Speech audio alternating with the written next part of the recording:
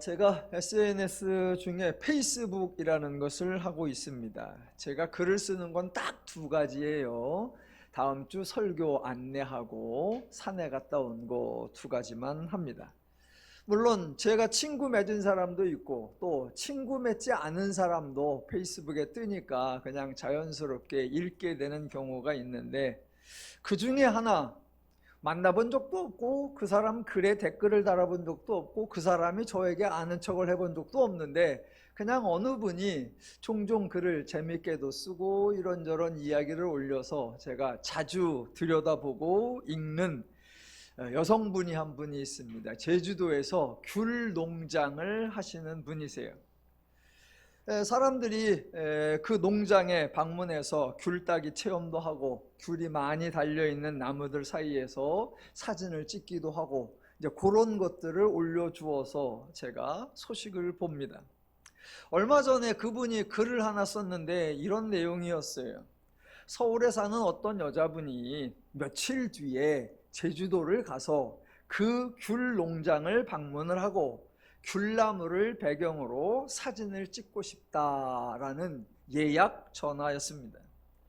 농장 여주인이 온다는 날짜를 따져보니까 한참 뒤에요. 그래서 대답하기를 그때쯤이면 귤 수확이 다 끝나서 귤이 없을 겁니다 라고 했더니, 전화하신 여자분이 망설이다가 하는 말이, 자기가 시한부 생명인데 이게 마지막 제주도 방문이고 아마도 마지막일 것 같아서 꼭 그 사진을 찍고 싶습니다 라고 하더래요.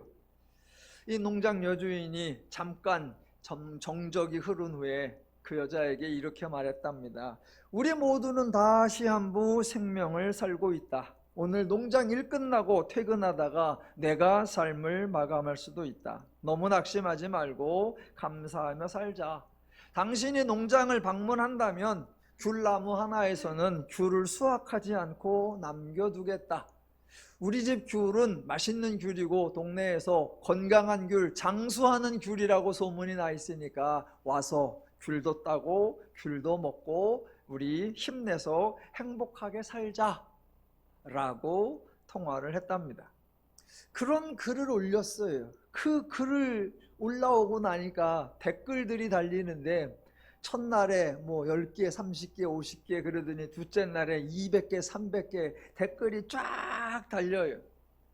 저도 또 댓글도 읽어봤죠. 이제 몇 개 뜨는 거. 그랬더니 어느 분이 이런 댓글을 남겼어요. 서울에서 온다는 그 여자분이 제주도를 다녀가면 자기가 살고 있는 경주로 가라고 추천을 해주라.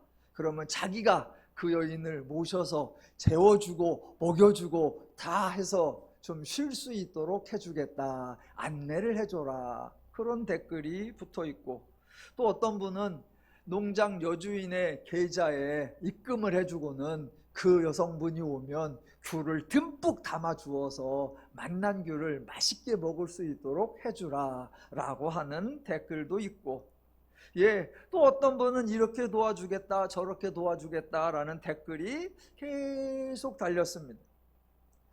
물론 이런 유형의 이야기를 동화에서도 많이 들었고 드라마에서도 본 적이 있는데, 제 주변에서 이런 일이 있으니까 그 댓글들 이렇게 보면서 마음이 좀 울컥해졌습니다. 물론 제가 모르는 사람들입니다. 그래서 이 이야기를 2, 3일 전에 밥 먹으면서 아내에게 이런 이야기가 있다라고 전달을 하는데 제가 또 마음이 울컥해지고 그랬습니다.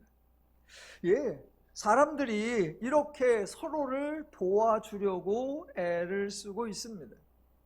물론 어떤 이해관계가 충돌한다면 돌변하겠죠. 아마 서로를 속고 속이고 온갖 음모와 시기와 암투와 사기와 폭력이 발생할 수도 있습니다. 하지만 일상의 많은 부분에서 사람들은 서로 응원하고 격려하고 서로가 행복하려고 노력하고 있습니다. 요즘 CCTV가 많은 곳에 설치되어 있어서 정말 다양한 상황에서 사람들이 서로 돕는 모습을 영상으로 종종 볼 수가 있습니다. 복잡하고 꽉 막힌 도로에서 응급차가 지나가도록 차들이 양쪽으로 쫙 갈라지는 영상들은 감동 그 자체이고, 임산부가 큰 캐리어를 들고 가다가 지하철 타러 가야 되는데 계단이 있어서 어찌해야 되나 망설이고 있을 때 지나가던 대부분의 사람들이 들어주려고 하는 모습도 나옵니다. 얼마 전 저도 그런 경우가 있었죠. 제가 새벽에 주일날은 한 5시 40분 요때쯤 나오는데 제가 양복을 말끔하게 차려입고 폼나고 젠틀하게 쫙 출근을 하려고 주차장에 나왔습니다. 뭐 여러분 주차장도 마찬가지겠지만 좁으니까 이중 주차가 다 돼 있어요. 제가 이제 차를 끊으려고 주차장에 갔더니 어떤 여성분 하나가 차 앞에서 좀 난감해하고 있어요. 딱 보니까 본인 차가 안에 있고 그 앞에 다른 차가 이중 주차를 해서 밀어야 되는데 그 차가 모하비예요. 그 큰 차. 그러니까 이 여성분이 그걸 못 밀고 거기서 어찌해야 되나 그러고 있어요.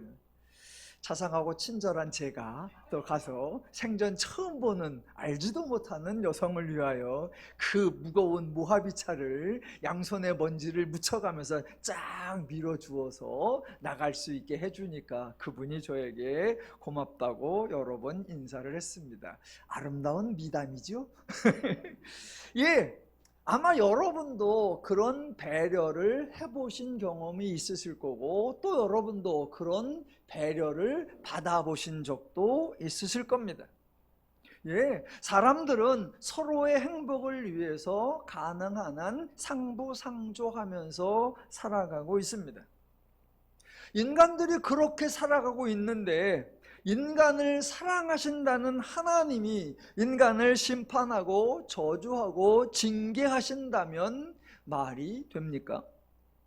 인간을 위해 친히 또는 손수 세상을 창조하여 주시고 기꺼이 인간에게 하나님의 형상까지 내어주셨다는 하나님이 인간이 불행하도록 형벌을 내리셨다고 하면 말이 됩니까? 대부분의 사람들이 세상에서 살아갈 때 나름대로 기쁜 마음으로 즐거운 생활을 하고 좀 더 행복한 삶에 대한 기대와 희망을 가지고 사는데 그 중에 기독교인들은 늘 하나님의 감시를 받는 듯한 불안한 분위기에서 혹시라도 하나님의 징계와 심판을 받을지도 모른다는 두려운 마음을 가지고 살고 있다면 과연 기독교가 기쁜 소식을 전하는 종교, 복음을 전하는 종교라고 할 수 있을까요? 만약 복음이 변질된다면, 만약 종교가 타락한다면 매우 희한한 일이 벌어집니다.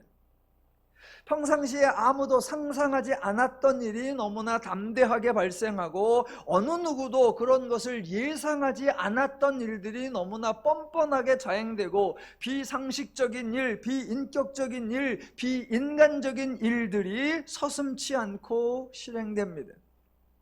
우리는 예전에도 보아왔고 지금도 보고 있지요. 중세시대 로마 카톨릭이 했던 일들이나 현재의 이단이나 사이비 종교들에서 발생하는 일들, 그런 소식을 들으면 대부분의 사람들이 깜짝 놀라지요. 그러면서 하는 말, 와, 저게 가능한가? 라는 터무니없는 일들, 저럴 수가 있을까? 잔혹한 일들이 발생합니다. 여러분, 왜 종교가 타락하면 그런 일들이 발생할까요? 그 이유는 종교가 신과 관련이 되어 있기 때문입니다. 신의 명령을 받았다고 생각하거나 신을 영광스럽게 하는 일이라고 생각하거나 신의 뜻을 이루어 드린다고 생각하기에 자신의 그 온갖 기행의 정당성을 주장하기가 쉽습니다.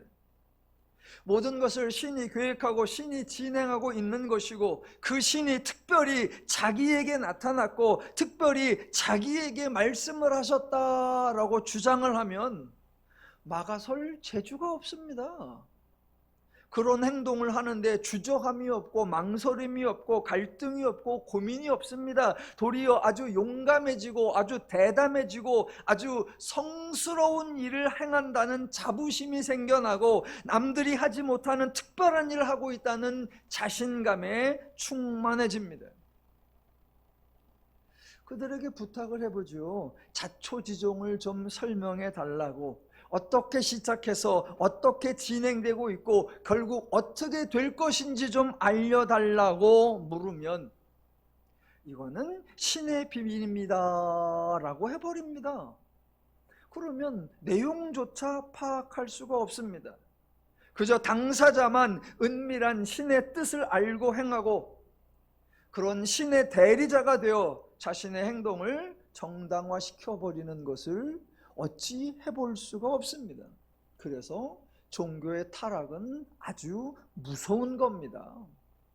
이단 사이비에서뿐만 아니라 기성 종교에서도 심지어는 주변에서 좋은 교회라고 소문이 난 곳에서도 아주 존경할 만한 분이라고 알려진 목회자들에게서도 또 신실하다고 하는 성도들에게서도 자주 발생하는 일들입니다. 제가 20대 후반에 전도사 시절에 차량 사고가 났었다고 이야기를 드린 적이 있습니다. 젊은 청년이 감당하기에 매우 버거운 사건이었습니다. 그때 대부분의 사람들은 저를 위로하려고 하셨습니다. 특별한 말씀이나 특별한 행동을 하지 않더라도 저의 눈치를 보고 저에게 부담을 주지 않으려고 애쓰시는 모습이 보였습니다. 그때 제 아버님의 친구분들이셨던 여러 선배 목사님들도 찾아오셨습니다. 그분들이 아주 신중하게, 매우 진지하게, 동시에 매우 단호하게, 직설적으로 질문을 하셨습니다. 혹시 아버지 목사님이나 아들 전도사님이 큰 죄를 지은 것이 있지는 않습니까? 교통사고가 났는데 이런 질문을 한 것입니다. 전혀 일반적이지 않습니다. 아니, 교통사고가 났으면 제가 젊은 전도사였으니까 혹시 부주의하게 운전을 해서 교회에 어려움을 끼쳤으니 조금 혼내고 싶은 심정이었다면 신호를 위반했는가? 라고 하든가 과속을 했는가? 라고 하든가 교통에 관한 질문을 해야죠. 차량에 관한 질문을 해야죠. 운전에 관한 질문을 해야죠. 아니면 아는 목사님의 아들이 사고를 냈으니까 혼을 낼 수는 없고 딱히 위로할 말도 없고 무슨 말이든 해야 할 것 같으면 운전하는데 사람이 가는 걸 못 봤는가? 라고 하든가 아니면 차량에 무슨 이상이 있었던 것은 아닌가? 라고 해야지요. 그렇게 질문하는 게 일반적입니다. 그런데 남의 생명을 잃게 한 것에 대한 죄책감에 시달리고 있고 앞으로 어떻게 될 것인지 두려움에 떨고 있는 젊은 전도사에게 선배 성직자라는 분들이 오셔서 한다는 말이 혹시 아버지 목사님이나 아들 전도사님이 무슨 큰 죄를 지은 것은 아닌가? 젊은 전도사를 찾아온 여러 선배 목사님들 중에 제 주머니에 10,000원짜리 하나를 찔러주면서 따뜻한 국밥이라도 사 먹고 힘내게 라고 말씀하신 목사님은 단 한 명도 없었습니다. 종교는 분명 인간을 도와주어야 하는 것임에도 불구하고 아주 이상한 사고와 아주 이상한 행동을 하는 인간으로 만들어버릴 엄청난 위험성이 내재되어 있습니다. 저의 이야기는 저만의 이야기가 아니고 특별한 경우가 아니고 특별한 목사님들의 이야기가 아닙니다. 이미 2000년 전에도 똑같은 사례가 있었습니다. 다 같이 요한복음 9장으로 가보시겠습니다.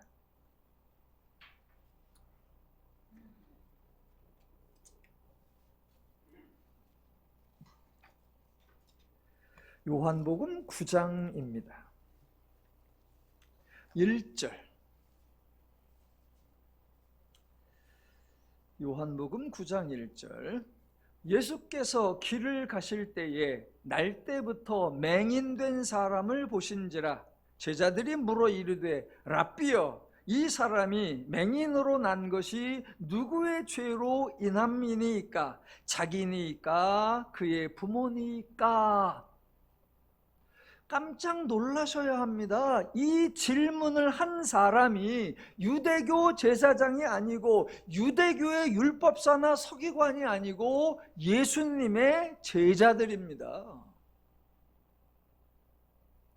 예수님이 33년을 사셨는데 30년은 개인적으로 사시고 나머지 3년을 사역을 하면서 공생애를 사셨다라고 하는데, 예수님이 3년 동안 사역하셨다는 근거를 제공해 주는 책이 요한복음입니다.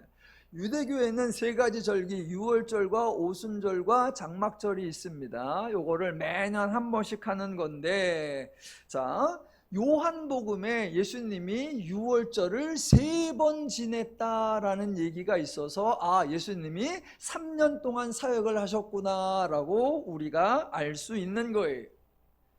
자, 요한복음에 처음 예수님이 유월절을 지냈다라는 얘기가 2장에 나오고, 두 번째 유월절 이야기가 6장에 나오고, 세 번째 유월절에 예수님이 십자가를 지시는데 그 세 번째 유월절 이야기가 요한복음 11장부터 나옵니다.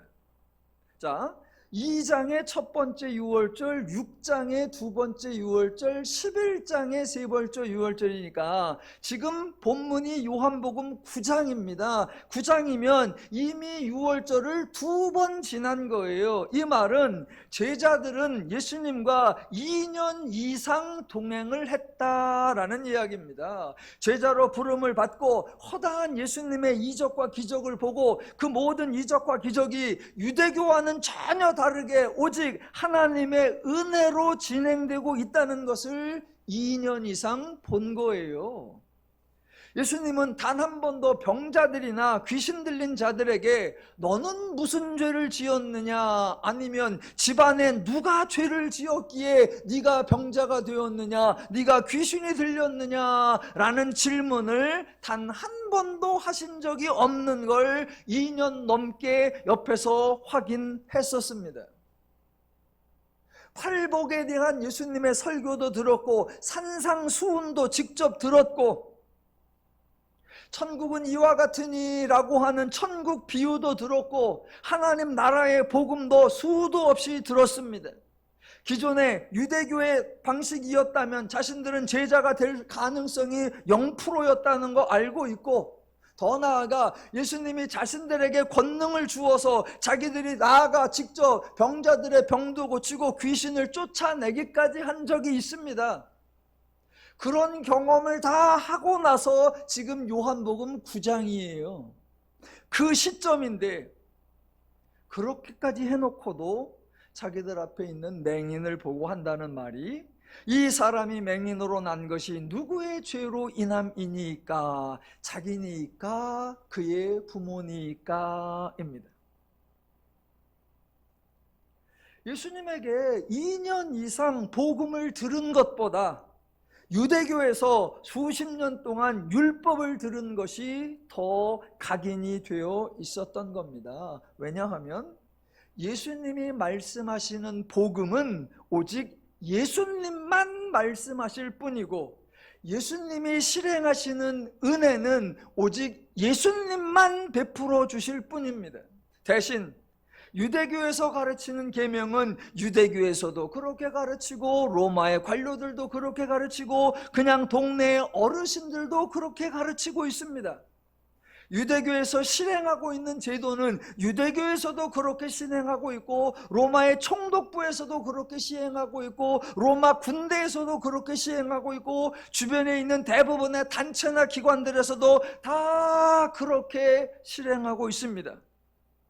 그러니 예수님을 따라다니고 있기는 하지만 그들의 생각과 행동은 여전히 유대의 사고와 방식, 로마의 사고와 방식, 세상의 사고와 방식, 죄의 사고와 방식을 그대로 따르고 있었던 겁니다. 제자들이 이런 질문을 한 거는 정말 치명적인 거예요. 두 가지만 지적해 볼게요. 하나는 자기에 대해서는 매우 교만한 겁니다. 왜냐하면 지금 자기들은 맹인이 아니라는 겁니다. 이게 무슨 의미입니까? 나는 큰 죄를 지은 게 없다라는 거예요. 상대방을 죄인으로 몰아가는 만큼 자신들은 그 정도의 죄인은 아니다라고 차별화와 우월화가 내재되어 있는 거예요. 상대방을 보면서 본인이든 부모이든 얼마나 큰 죄를 지었으면 이 모양 이 꼴이 되어 살고 있느냐라고 비아냥하는 거고 조롱하는 거고 모욕하는 겁니다. 그런 행동을, 그런 말을 아주 천연덕스럽게 아주 공개적으로 하고 있는 거예요. 잠깐 이 상황에서 조심성이 부족한 것이 아니고 상대방에 대한 배려를 잠깐 잊은 것이 아니라 그냥 당연한 내용, 누구나 공감하는 내용, 서로가 인정하는 내용, 누구라도 이렇게 생각하고 누구라도 이렇게 말한다라는 겁니다. 아유, 내가 좀 교만했나? 라는 생각조차 하지 않고 있는 전형적인 죄적인 사고, 죄적인 태도, 죄적인 행동입니다. 자기에 대하여 그렇게 교만한 것처럼 두 번째, 상대방에 대해서는 정말 지독한 정죄이고 지독한 저주입니다. 무슨 말이냐면 본인이든 부모이든 누군가 죄를 지은 것이 분명하고 그 결과 맹인이 되었다라는 거죠. 죄를 지어서 그에 대한 징계나 형벌로 맹인이 된 것이니까 당연히 벌을 받아야 한다라는 겁니다. 그래서 그 맹인을 불쌍히 여길 이유가 없고 그 맹인에게 은혜가 임했으면 좋겠다라는 생각이 들지 않고 그 맹인이 치유를 받아서 볼 수 있으면 다행이겠는데 라는 기대조차 하지 않는 거예요. 왜? 저 사람은 죄인이잖아. 죄는 벌을 받아야 되잖아. 지금 벌을 받고 있는 거니까 당연히 그래야지. 내가 궁금한 건 딱 하나. 누구 죄래? 무슨 죄였대?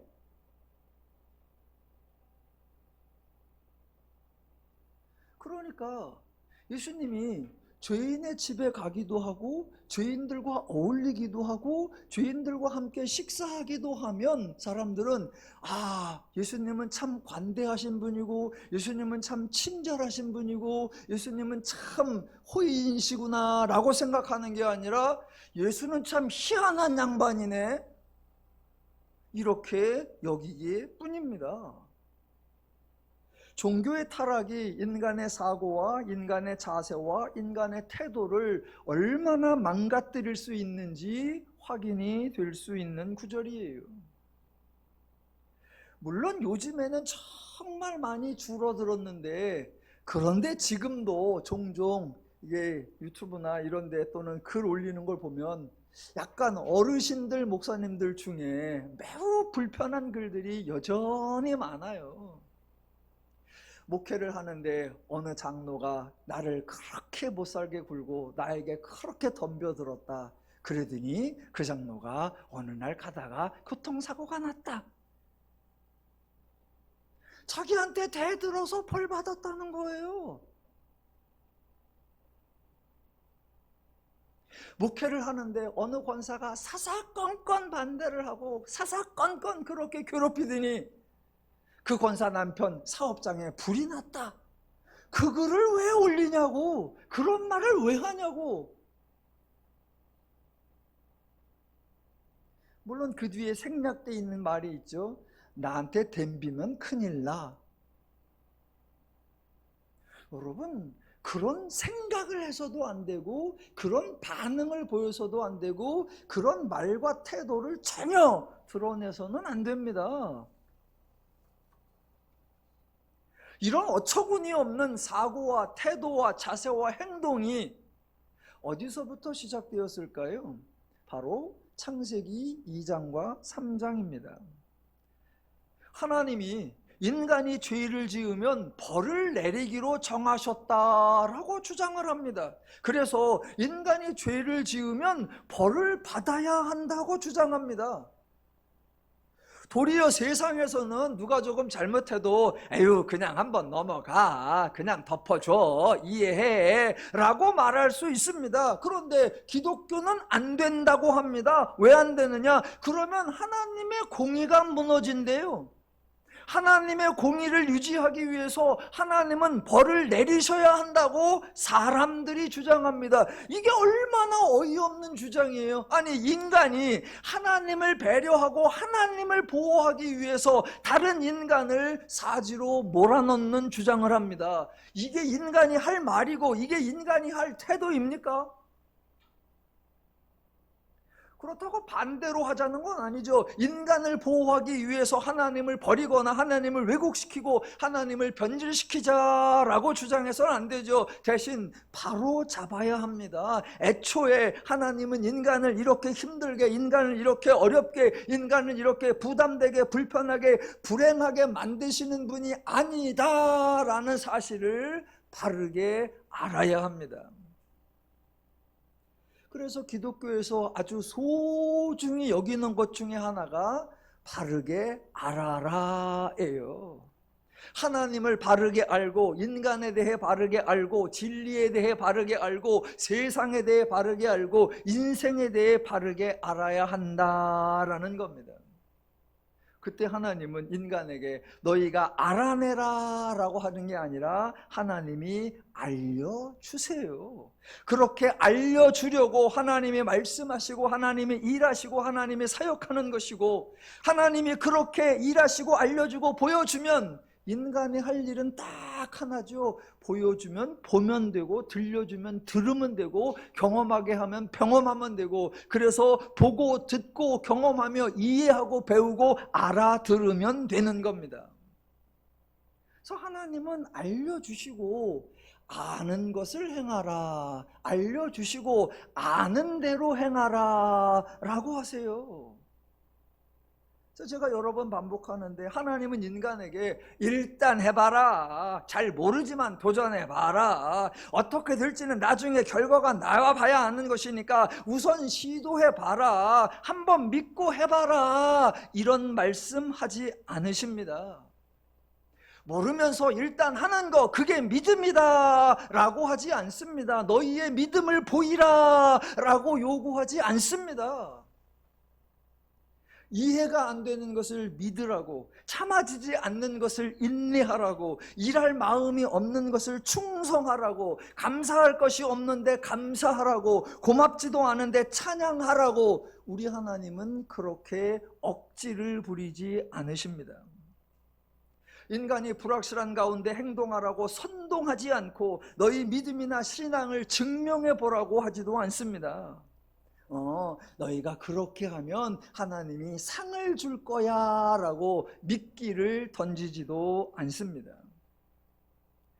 우리 하나님은 정반대죠. 하나님이 직접 보여주시고 하나님이 친히 증명하여 주십니다. 그래서 말씀하시는 수고를 하나님이 하시고, 보여주는 수고를 하나님이 하시고, 증명하는 수고를 하나님이 하시고, 인간은 보고 듣고 경험하면서 배우고 이해하고 알고 인정하는 것, 그렇게 보고 듣고 배워서 이해하고 알고 인정하게 되면 그때 가능해지는 것이 바로 순종입니다. 그래서 기독교의 순종은 쉬운 것이고 기독교의 순종은 자연스러운 것이에요. 내가 아는 것을 행하기에 편안하고, 내가 이해한 것을 행하기에 분명하고, 내가 인정한 것을 행하기에 당연한 겁니다. 타락한 종교는 인간을 불행하게 만들지만 바른 신앙, 바른 종교, 바른 복음은 인간을 행복하게 해줍니다. 오늘도 제가 복음을 잘 설명해 보도록 하겠습니다. 자, 창세기 3장에는 하나님이 등장하고 여자와 남자가 등장하고 뱀이 등장을 해서 대화를 하는데, 이 대화가 조금 독특합니다. 대화의 주제는 선악을 알게 하는 나무인데 서로 강조하는 포인트가 조금씩 달라요. 이 대화의 시작은 창세기 2장 17절이죠. 선악을 알게 하는 나무의 열매는 먹지 말라. 내가 먹는 날에는 반드시 죽으리라 하시니라 입니다. 그동안은 이 말씀을 하나님의 명령, 하나님의 법이라고 생각했습니다. 그래서 반드시 죽으리라, 이것을 하나님의 징계, 하나님의 형벌이라고 생각했습니다. 그래서 기독교에서 이 구절을 근거로 해서 죄와 벌이라는 프레임을 만든 겁니다. 원래 하나님이 인간에게 첫 번째 하시는 말씀은 창세기 1장 28절로 30절이에요.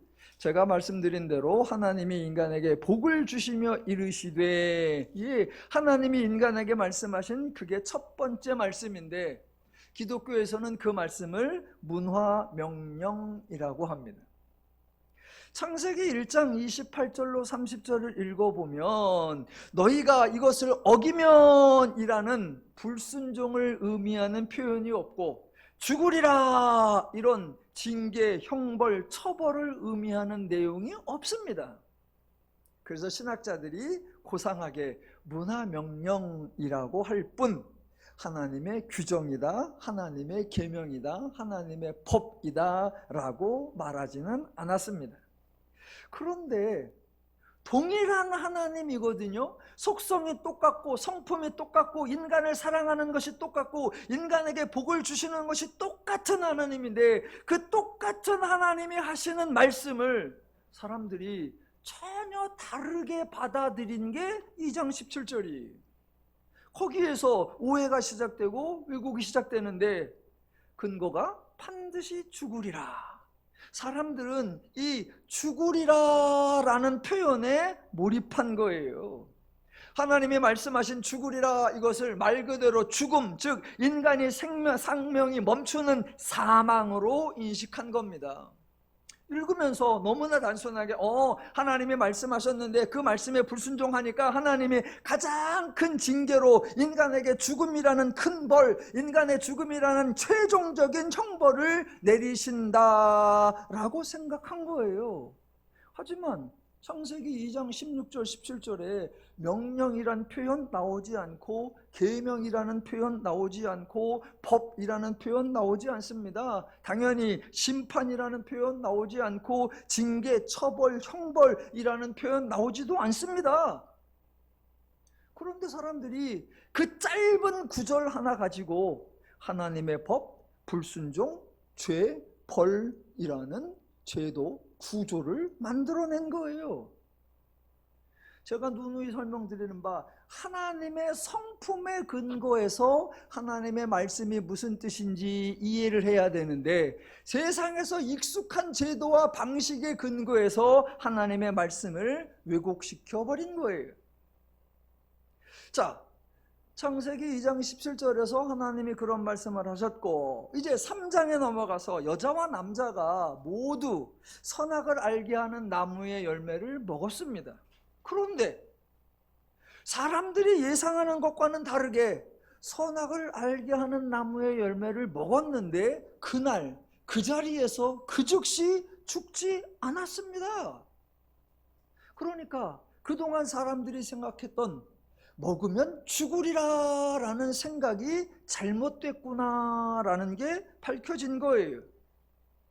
하나님이 남자와 여자를 찾아오셔서 먼저 남자에게 질문하시고 대화하시고 여자에게 질문하시고 대화하는 게 창세기 3장 7절부터 13절까지입니다.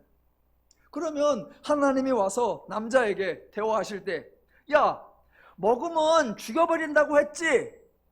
라는 방식으로 죽음을 강조하지 않으셨습니다. 너 먹었지? 먹었으니까 넌 죽어야 돼 라고 죽음을 선언하지도 않았습니다. 하나님이 질문하신 창세기 3장 7절부터 13절까지의 죽음과 관련된 표현이 하나도 등장하지 않습니다. 또 하나님의 징계요 하나님의 심판 선언이라고 여겨지는 창세기 3장 16절부터 19절에서도 하나님은 죽음에 대해서 단 한마디도 하지 않으셨습니다. 하나님이 여자에게 말씀하셨어요. 16절. 또 여자에게 이르시되 내가 내게 임신하는 고통을 크게 더하리니 내가 수고하고 자식을 낳을 것이요. 예, 죽음에 대한 얘기를 하시는 것이 아니라 내가 임신하고 자식을 낳는다. 임신하는 이야기, 출산하는 이야기, 인간이 생명을 이어가는 이야기, 삶을 이어가는 이야기를 말씀하십니다. 아니, 먹는 날에면 죽으리라 그러면 오늘부터 쫑쳤어, 너는 끝이요, 다 끝장이요 라고 해야 되는데, 죽음에 대한 이야기를 하는 게 아니라 임신에 대한 이야기, 출산에 대한 이야기, 생명에 대한 이야기, 살아가는 이야기를 해요. 남자에게 말씀하시는 게, 자 17절, 아담에게 이르시되 내가 내 아내의 말을 듣고 내가 네게 먹지 말라 한 나무의 열매를 먹었은즉 땅은 너로 말미암아 저주를 받고 너는 내 평생에 수고하여야 그 소산을 먹으리라. 땅이 내게 가시덤불과 엉겅퀴를 낼 것이라. 내가 먹을 것은 밭의 채소인즉 네가 흙으로 돌아갈 때까지 얼굴에 땀을 흘려야 먹을 것을 먹으리라. 예, 남자에게 하신 말씀도 내 평생에 수고해야 소산을 먹으리라, 얼굴에 땀을 흘려야 먹을 것을 먹으리라. 일단 살아있음을 전제로 하고 그 상태에서 먹는 이야기, 생활하는 이야기, 살아가는 이야기를 하고 있습니다. 만약 2장 17절이 하나님의 법이고 반드시 죽으리라가 하나님의 징벌이라고 하면 죽음을 얘기하셔야죠. 분명히 하나님이 반드시 죽으리라라는 말씀을 하셨습니다. 그 말씀을 하셨는데 그 말씀의 의미가 오늘날 사람들이 생각하는 것처럼 죽음이나 사망이라는 형벌을 내린다라는 의미와는 전혀 달랐다라는 겁니다. 물론 남자와 여자들도 스스로 죽음을 언급하지 않습니다. 지난주에 설명드린 대로 하나님의 16절부터 19절의 말씀이 있으니까 그 다음에 아담이 뭐라고 합니까? 자기 아내를 부르는데 이름을 뭐라고 진다? 하와, 즉 생명이라고 지어요. 자기 아내를 뭐라고 소개한다? 모든 산자의 어머니. 아니, 저 같으면 단단히 성질이 나가지고 너 때문에 우리 모두 다 죽게 됐잖아, 넌 지금부터 별명이 사망이여, 너 소개할 때 내가 딴 데 가서 죽음의 원조라고 할게, 이래야 할 것 같은데, 아니 너는 생명이야, 너는 모든 산자의 어머니야 라고 합니다. 그러더니 4장으로 넘어가 볼까요? 4장 1절, 아담이 그의 아내 하와와 동침하매 하와가 임신하여 가인을 낳고 이르되 내가 여호와로 말미암아 득남하였다 하니라. 그가 또 가인의 아우 아벨을 낳았고. 여러분, 지금 아담과 하와는 임신을 하고 출산을 하는데 임신을 고통으로 받아들인 것 같지도 않고 출산을 징계나 형벌로 받아들인 것 같지도 않아요. 어디 하나에도 죽는 게 아니라 생명이고 살아가는 이야기고 연장되고 그렇게 가요. 그러니까 저 여러분은 하나님이 말씀하신 반드시 죽으리라, 이게 무슨 의미였을까? 오늘날 많은 사람들이 생각하는 것처럼 하나님이 사망이라는 가장 극단적인 징계를 내린다라는 의미는 전혀 아니다라는 겁니다. 자, 이 주제와 관련해서 3장의 앞부분으로 와보면 뱀과 여자가 대화를 하고 하나님과 인간이 대화를 하고 그 다음에 마지막에 오늘 본문 하나님이 독백을 하시는데 조금 독특한 내용이 담겨 있습니다. 저 여러분이 좀 풀어가야 될 게 있어요. 자, 하나님은 선악을 알게 하는 나무의 열매를 먹지 말라라고 했는데 만약 먹으면 어떻게 되는지 여자가 하는 말과 뱀이 하는 말이 조금 다릅니다. 여자는 뭐라고 하냐면 그것을 먹는 날에는 죽을까 하노라 라고 합니다. 우리말로 죽을까 하노라라고 되어 있으니까 많은 분들이 이렇게 생각해요. 죽을까? 죽을 수도 있고 안 죽을 수도 있고. 그래서 지금 하나님은 반드시 죽으리라 했는데 여자는 죽을 수도 있고 안 죽을 수도 있어 라고 하나님의 말씀을 약화시키거나 하나님의 말씀을 희석했다. 왜 이러느냐? 아담은 직접 하나님께 얘기를 들었지만 하와는 남자에게 전달해 들었으니까 벌써 한 박자 건너가면서 말의 뉘앙스가 달라졌다라고 하는데, 여러분 그렇지 않습니다. 학자들에 의하면 죽을까 하노라, 이게 히브리어의 원문의 의미는 이렇게 한다는 거예요. 여자는 다시 한번 정확히 읽어드릴게요. 3절, 동산 중앙에 있는 나무의 열매는 하나님의 말씀에 너희는 먹지도 말고 만지지도 말라, 너희가 죽을까 하노라 하셨느니라. 그런데 히브리 원문의 의미는 이렇다는 거예요. 죽지 않으려거든 먹지도 말고 만지지도 말라라고 해요. 그래서 여러 성경 번역본들 중에 공동 번역 성서는 이렇게 번역을 했습니다. 죽지 않으려거든 이 동산 한가운데 있는 나무의 열매만은 따먹지도 말고 만지지도 말라 하셨다 라고 번역했고, 천주교 성경은 그러나 동산 한가운데 있는 나무 열매만은 너희가 죽지 않으려거든 먹지도 만지지도 마라 하고 하나님께서 말씀하셨다 라고 번역을 했고, 영어 AMP 성경은 You shall not eat of it, neither shall you touch it, lest you die. 내가 죽지 않도록 이라고 번역을 했습니다. 그러니까 여자가 한 말에서는 사람들이 생각하는 것처럼 하나님은 반드시 죽는다고 한 것을 죽을까 하노라 라고 희석한 거, 그게 문제가 아니에요. 정작 문제는 하나님이 말씀하지도 않은 만지지도 말라라는 걸 첨가한 거예요. 어쨌건 여자는 먹으면 죽는다라는 말을 했습니다. 자, 먹으면 죽는다. 그러니까 죽지 않으려면 먹지도 말고 만지지도 말라라고 표현을 한 거예요. 그래서 뱀이 아니 너희가 결코 죽지 아니하리라 라고 한 거예요. 만약 여자가 죽을 수도 있고 안 죽을 수도 있대, 그러면 뱀도 거기에 장단을 맞춰주면서 아 그래, 아유 나는 너희가 안 죽었으면 좋겠어 라고 말했을 거예요. 그런데 여자가 단호하게 먹으면 죽는댔어, 그래서 죽지 않으려면 먹어서도 안 되고 만져서도 않는다고 했어 라고 죽는다라는 말을 정확하게 하니까 뱀도 아주 단호하게, 아주 강력하게, 아주 세게 너희가 결코 죽지 아니하리라 라고 말을 한 거예요. 대신 한 가지 아주 중요한 게 있습니다. 뱀은 선악을 알게 하는 나무의 과일을 먹어도 아무 일도 없을 거야 라고 말한 게 아니에요. 그 과일을 먹어도 안 먹은 거하고 똑같아, 별일 없어 라고 말한 게 아니에요. 하나님은 선악을 알게 하는 나무의 열매를 먹으면 마치 무슨 큰 일이 생기는 거 말했지만 사실은 먹어봤자 아무렇지도 않아 라고 말한 게 아니에요. 뱀이 말한 것은 너희가 그것을 먹는 날에는 너희 눈이 밝아져 하나님과 같이 되어 선악을 알 줄 하나님이 아심이니라 에요.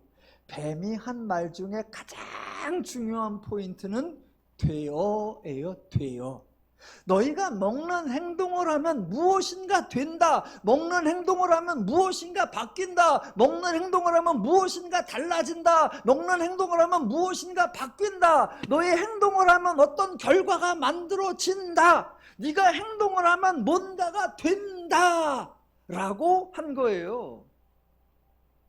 하나님이 행동하면 결과가 나타납니다. 인간이 행동하면 결과는 나타납니다. 이거 당연한 거예요. 행동을 했는데 아무 일도 없는 것은 없습니다. 분명히 일을 했는데, 수고를 했는데, 행동을 했는데 어떤 변화도 나타나지 않는 것은 없습니다. 행동을 하면 결과가 나타난다. 이게 하나님의 원리입니다. 이거 하나님도 알고 있었고 여자도 알고 있었고 뱀도 알고 있었습니다. 그래서 하나님은 분명하게 먹는 행동을 하면 죽는 결과가 나타난다라고 말씀하셨고, 여자도 그래서 죽지 않으려면 먹는 행동이나 만지는 행동을 해서는 안 된다라고 했어요. 뱀도 이 원리를 알았습니다. 뱀도 이 원리 부정하지 않았어요. 뱀이 말한 거의 핵심은 결코 너희가 죽지 아니하리라가 아니에요. 행동을 했는데 어떻게 결과가 안 나타나? 뱀은 행동을 하는데 결과가 나타난다는 걸 거부한 게 아닙니다. 뱀은 그 표현을 바꾸었어요. 그 내용을 바꾸었어요. 네가 먹는 행동을 하면 죽는 결과가 나타난다라고 말하는 대신 먹는 행동을 하면 하나님과 같이 되어 선악을 알게 하는 결과가 나타난다라고 다르게 표현한 거예요.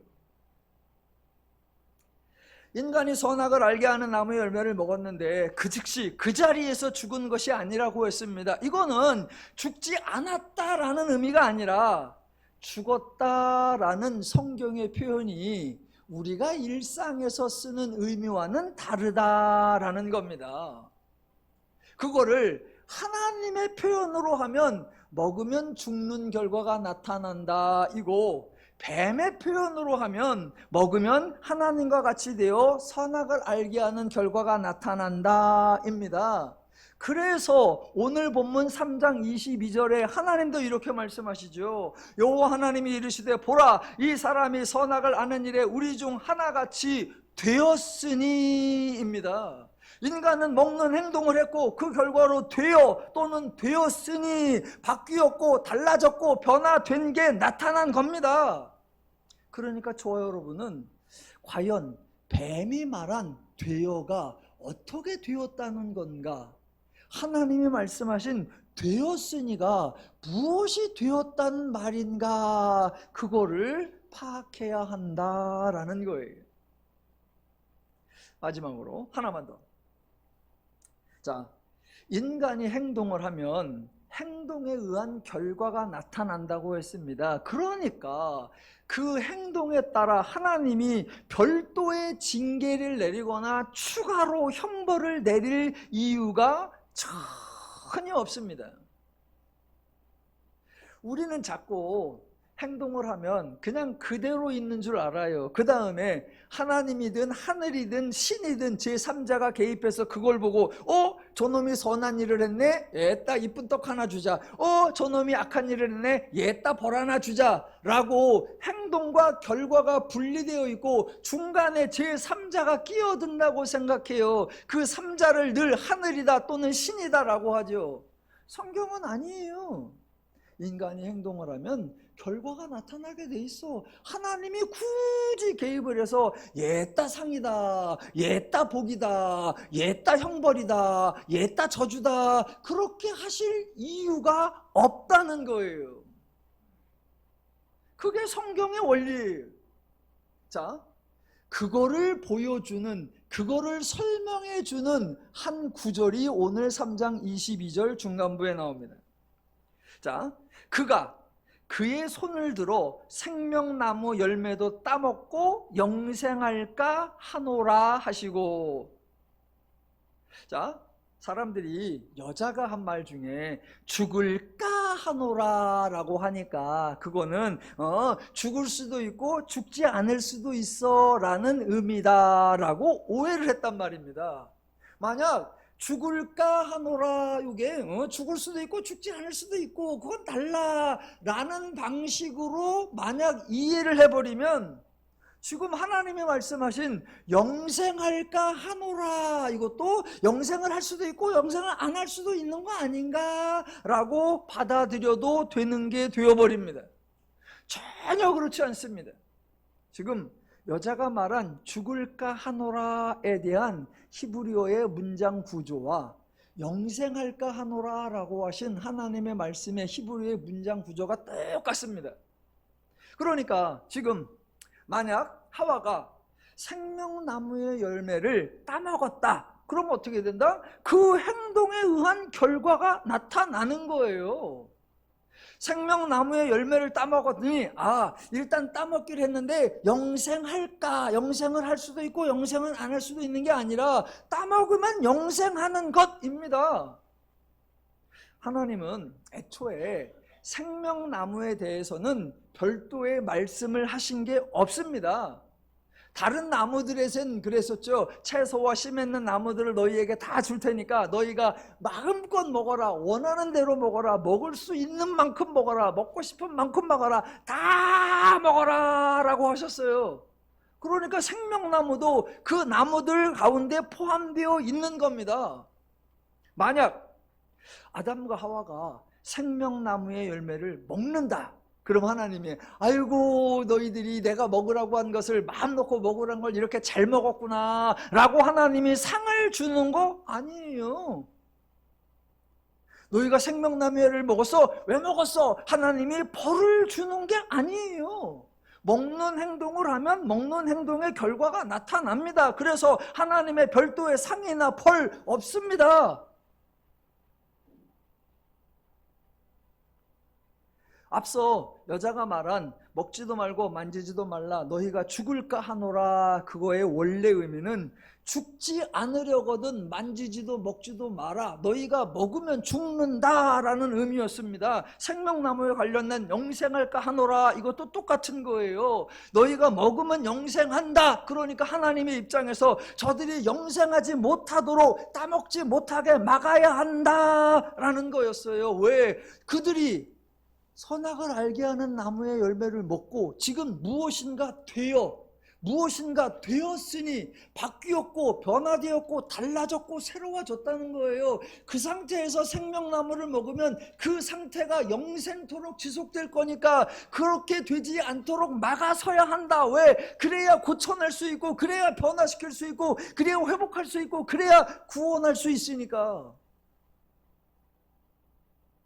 그래서 지금 저와 여러분이 주목해야 되는 건 뱀이 말한 되어, 뭐가 되었다는 건가?